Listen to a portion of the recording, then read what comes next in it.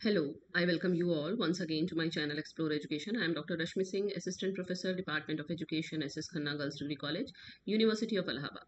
And this time I am going to discuss with you a new unit from your course of Sociology of Education. And this unit has been devoted to dimensions of schooling, student movements, and schooling. Schooling is the main heading of this unit. So there are various dimensions of schooling which we have to learn about, and this is the first topic, that is soशियो-स्पेशियल dimension of schooling. यानी कि जो विद्यालयी अनुभव हमको मिलता है वो कौन कौन से आयामों से प्रभावित होता है। तो सामाजिक और किस जगह है वो स्थित, उसका स्पेस क्या है, कहाँ स्थित है, ये भी प्रभावित करता है स्कूलिंग आउटकम को, विद्यालयी अनुभवों के परिणाम को। तो देखते हैं कि सोशियो स्पेशियल डायमेंशन स्कूलिंग का कैसे प्रभावित करता है। So the socio-spatial dimension of schooling refers to the complex interplay between social and spatial factors that shape educational experiences and outcomes. ये जो socio-spatial dimension है वो ये बताता है, इसकी ओर इंगित करता है कि जो जटिल अंतः क्रिया चलती है सामाजिक और स्पेशियल को स्थानिक कह सकते हैं कारकों के बीच में, जो शैक्षिक अनुभवों और प्रतिफलों को आकार देता है। This dimension is critical in understanding how schools operate within their geographical context. ये जो डायमेंशन है वो ये क्रिटिकल है ये समझने में कि किस प्रकार विद्यालय अपने भौगोलिक परिदृश्यों में काम करते हैं, and how these context influence student learning and achievement. और ये परिदृश्य, जो आपका कंटेक्स्ट बनता है वो कैसे प्रभावित करता है विद्यार्थी के अधिगम को और विद्यार्थी की निष्पत्ति को। ओके तो सबसे पहली बात, जियोग्राफिकल लोकेशन और स्कूलिंग की अगर बात करें तो जियोग्राफी में हो सकता है कि स्कूल रूरल हो या अर्बन हो। स्कूल्स इन रूरल एरियाज, वैसे रूरल अर्बन को हमें नेक्स्ट डिमेंशन में डिटेल में पढ़ना है। Schools in rural areas often face unique challenges. जो ग्रामीण क्षेत्रों में विद्यालय हैं उनके अपने यूनिक चैलेंज होते हैं, जैसे उनके पास संसाधन कम होते हैं, उनका इंफ्रास्ट्रक्चर उतना बढ़िया नहीं होता, क्वालिफाइड टीचर्स की एक्सेस उन पर नहीं होती, क्योंकि जो क्वालिफाइड टीचर है जाना नहीं चाहता रूरल एरिया में पढ़ाने के लिए। In contrast, urban schools may have more resources but face issues like overcrowding and higher rates of student mobility. इसके विपरीत जो शहरी विद्यालय हैं उनके पास रिसोर्स तो ज़्यादा होता है, बट हो सकता है कि वहाँ इतने बच्चों का एडमिशन हो गया, यही दिक्कत है, ओवर क्राउडिंग है वो दिक्कत कर रहा है, and higher rates of student mobility, और विद्यार्थी एक कॉलेज स्कूल से दूसरे स्कूल मोबाइल भी होते रहते हैं। नेबरहुड कैरेक्टरिस्टिक्स कैसे प्रभावित करती है? The characteristics of the neighbourhood surrounding school can significantly impact student outcomes. विद्यालय किस जगह है, उसके आसपास की सराउंडिंग कैसी है, ये भी बहुत इम्पैक्ट डालता है विद्यार्थी के आउटकम पर। जैसे कि सेफ है कि नहीं वो प्लेस, वहाँ पावर्टी का रेट क्या है, कम्युनिटी रिसोर्स पे एक्सेस क्या है, ये सब एजुकेशनल एनवायरनमेंट और फाइनली स्टूडेंट आउटकम को प्रभावित करते हैं, है ना। फिर सोशियो इकोनॉमिक सेग्रीगेशन और स्कूलिंग की अगर बात करें तो स्कूल सेग्रीगेशन और resource distribution. Schools can reflect and reinforce socio economic segregation. Schools reflect भी करते हैं और री इन्फोर्स भी करते हैं कैसे हम सामाजिक और आर्थिक रूप से बटे हुए हैं, जैसे with students from similar backgrounds often attending the same schools, है ना। ऐसा होता है कि हम लोग जो लगभग सिमिलर बैकग्राउंड के होते हैं लगभग सेम स्कूल अटेंड करते हैं। This segregation can perpetuate inequality and limit opportunities for social mobility. ये जो पृथक्करण है कि एक जैसी सामाजिक आर्थिक पृष्ठभूमि के बच्चे एक स्कूल में जाते हैं, उससे सामाजिक असमानता को बढ़ावा मिलता है और सामाजिक गतिशीलता के अवसर कम होते हैं। ऐसा बहुत कम होता है कि कोई विद्यालय ऐसा है जहां हर तबके का बच्चा पढ़ रहा है, हर धर्म के बच्चे पढ़ रहे हैं, ऐसा बहुत कम होता है। जनरली हम सेग्रीगेट कर लेते हैं कि इस तरीके के बच्चे इस स्कूल में जाएंगे, इस तरीके के बच्चे इस स्कूल में, तो ये भी इम्पैक्ट करता है। रिसोर्स का distribution, the distribution of resources within schools can also be influenced by socioeconomic factors. Schools in affluent areas may have more resources such as technology, extracurricular programs, and experienced teachers. जो resource का distribution है, संसाधनों का वितरण कैसे होगा, ये भी सामाजिक आर्थिक कारक इसको प्रभावित करते हैं। जैसे बढ़िया पॉश इलाकों में जो स्कूल हैं उनके पास रिसोर्स भी ज़्यादा होता है, उनको तकनीकी की पहुंच ज़्यादा होती है, जैसे कुछ नहीं तो वहाँ बिजली की सप्लाई ही बेहतर होगी, तकनीकी के लिए तो बिजली चाहिए, और एक्स्ट्रा करिकुलर प्रोग्राम के लिए भी वहाँ अपॉर्चुनिटी मिल जाएगी, अवसर मिल जाएंगे, और शिक्षक भी आपको बढ़िया मिल जाएंगे। तो सोशियो इकोनॉमिक सेग्रीगेशन जो है वो स्कूलिंग को डिफर कर देता है। एक जैसी सोशियो इकोनॉमिक कंडीशन के स्कूल्स एक जैसे हो जाते हैं। फिर स्पेशियल इनइक्वालिटी एंड स्कूलिंग, किस जगह पे है स्कूल, उससे क्या फर्क पड़ेगा स्कूलिंग पे? अनइक्वल एक्सेस टू एजुकेशन, जैसे spatial inequality can limit access to quality education with certain groups facing barriers such as long commutes, lack of transportation और इनएडिक्वेट स्कूल फैसिलिटीज।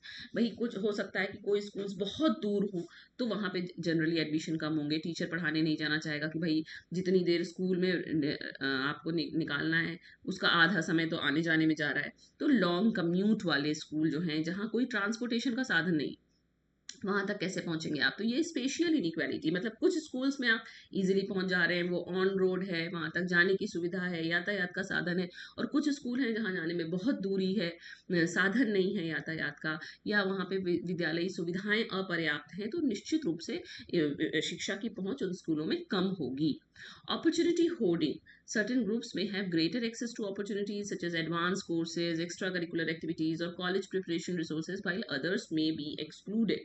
मतलब कुछ स्कूल्स ऐसे हैं जहाँ पे आपको बहुत तरीके की अपॉर्चुनिटी मिल रही है, आपको वहाँ हर तरीके के कोर्सेज मिल जा रहे हैं, वहाँ खूब एक्स्ट्रा करिकुलर एक्टिविटी भी कराई जाती है, कॉलेज में प्रिपरेशन की कोर्सेज भी हैं, रिसोर्सेज भी हैं, जबकि दूसरों के पास ये नहीं है। तो अपने आप वो अलग हो जाएंगे कि हाँ, ये विद्यालय बढ़िया है और ये विद्यालय, इन पे अवसर कम है। तो किस जगह है विद्यालय, ये भी डिपेंड करता है, किस कम्युनिटी में है विद्यालय, ये दोनों ही डिपेंड करते हैं, और बहुत महत्वपूर्ण आयाम है विद्यार्थी कैसे वहां से निकलेंगे पढ़ के। फिर कम्युनिटी कैसे इफेक्ट डालती है स्कूलिंग पे? Social capital. The social capital available in a community can significantly impact student outcomes. Strong community networks and relationships can provide support, mentorship, and opportunities for students. Social capital ये economical capital नहीं है, मतलब आपका सामाजिक जो मूल्य है वो कैसा है वहाँ। तो कुछ जगह है बहुत बढ़िया है, वहाँ नेटवर्क बहुत अच्छे हैं, वहाँ सपोर्ट मिलता है आपको कम्युनिटी से, मेंटरशिप भी मिल जाती है, अपॉर्चुनिटीज भी मिल जाती है, तो वो बेहतर इफेक्ट स्कूलिंग पे डालेंगे। Community engagement. Community engagement with schools can also influence student outcomes. When communities are actively involved in schools, students are more likely to feel supported and motivated. ये हम लोग बार बार बात कर चुके हैं कि कम्युनिटी इंगेजमेंट, कम्युनिटी पार्टिसिपेशन, ये बहुत इंपॉर्टेंट होता है।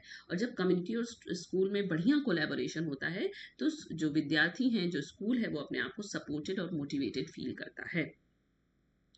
फिर पॉलिसी एंड प्रैक्टिस इंप्लीकेशंस इसके क्या होंगे, कैसे हम और बेहतर कर सकते हैं इसको? तो हम टारगेटेड इन्वेस्टमेंट करें, यानी कि वो जगह जहाँ डिसएडवांटेज्ड एरिया है, जहाँ तक पहुँच नहीं है, जहाँ यातायात के साधन नहीं है, जो बहुत दूरी पे स्कूल हैं, उनको हम स्पेशल इनइक्वालिटी के स्कूल्स को पहचानें और उनमें इन्वेस्टमेंट करें, तो एजुकेशनल आउटकम बढ़िया हो सकता है। This can include initiative such as building new schools, improving infrastructure और प्रोवाइडिंग एडिशनल रिसोर्सेज। जैसे हम वहाँ के लिए बसेस चलवा दी जाए, रोड ठीक ना हो तो रोड ठीक हो जाए, या थोड़ी कम दूरी पे नए विद्यालयों का निर्माण हो जाए, या उनका इंफ्रास्ट्रक्चर गड़बड़ है तो वो ठीक करा दिया जाए। तो जो इक्वालिटी पे स्कूल्स हैं, उनके संग भी बेहतर आपको इनपुट मिलने लगेगा। फिर community based initiatives. Community based initiatives can help build social capital and support student success. This can include programs such as mentorship, after school activities, or community events. अगर जो सामुदायिक आधारित इनिशिएटिव्स हैं वो अगर बढ़िया हो जाए, कम्युनिटी हेल्प कर सके सोशल कैपिटल बनाने में, विद्यार्थी की सक्सेस को सपोर्ट करने में, जैसे जिस जगह विद्यालय है उस कम्युनिटी में कोई बहुत बढ़िया टीचर है, कोई बहुत बढ़िया जूडो कराटे सिखाने वाला है, कोई बहुत ट्रेनर है, कोई बहुत बढ़िया एथलीट है, कोई बहुत बढ़िया सिंगर है, कोई बहुत बढ़िया डांसर है, तो वो अपनी मेंटरशिप प्रोवाइड कर सकता है स्टूडेंट्स को आफ्टर स्कूल एक्टिविटीज़ के टाइम, है ना? तो ये बढ़िया हो सकता है इस तरह से। या इंक्लूसिव स्कूल पॉलिसीज, इंक्लूसिविटी तो एकदम टॉप मोस्ट फिनोमेना है आजकल। एकदम बात की जा रही है कि हर समय, हर जगह, हर स्थिति में समावेशिता होनी चाहिए। तो implementing inclusive school policies can help mitigate the effects of socio-spatial segregation and promote more equitable educational experiences. अगर हम समावेशी विद्यालयी नीतियों को अपनाएंगे तो इससे हम कम कर सकते हैं वो जो दुष्परिणाम होते हैं सामाजिक और स्थानिक पृथक्करण के कारण, और हम ज़्यादा समतामूलक शैक्षिक अनुभव बच्चों को प्रदान कर सकते हैं। This can include policies such as diversity and inclusion initiatives, culturally responsive teaching practices, है ना, ताकि हर कल्चर का बच्चा अपने आप को सपोर्टेड फील करे, अपने अपने एग्जिस्टेंस को समझे क्लास में, उसे ये ना लगे कि वो पृथक कर दिया गया है, वो विलगित कर दिया गया है, आइसोलेट कर दिया गया है, उसको नहीं लगना चाहिए। तो हमको डाइवर्सिटी और inclusive initiative, culturally responsive teaching practices और programmes to support students from diverse backgrounds, और विविध पृष्ठभूमियों के जो बच्चे आए हैं आपके स्कूल में, उन सभी को सपोर्ट करने की प्रैक्टिस आपको अपने यहाँ फॉलो करनी चाहिए।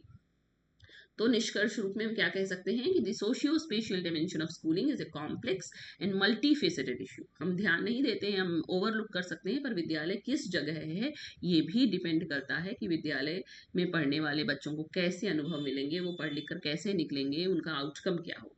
तो ये बहुत जटिल इशू है that requires a nuanced understanding of the interplay between social and spatial factors. जो सामाजिक और स्थानिक कारकों के बीच का जो इंटरप्ले है उसकी सूक्ष्म समझ ज़रूरी है। By acknowledging and addressing these factors, educators and policymakers can work towards creating more equitable and inclusive educational environments that support the success of all students. हम अगर acknowledge करेंगे, address करेंगे इन factors को, इन socio spatial factors को, अगर शिक्षक और policy makers ध्यान देंगे इस पे, काम करेंगे इस पे, तो निश्चित रूप से हम ज़्यादा समावेशी, ज़्यादा समतामूलक शैक्षिक वातावरण बना सकते हैं, जिससे प्रत्येक विद्यार्थी को सहायता होगी। Okay, so it is the first dimension of schooling which has been written in your syllabus this year, socio-spatial dimension of schooling. Okay, so thank you, and don't forget to like and subscribe my channel, Explore Education.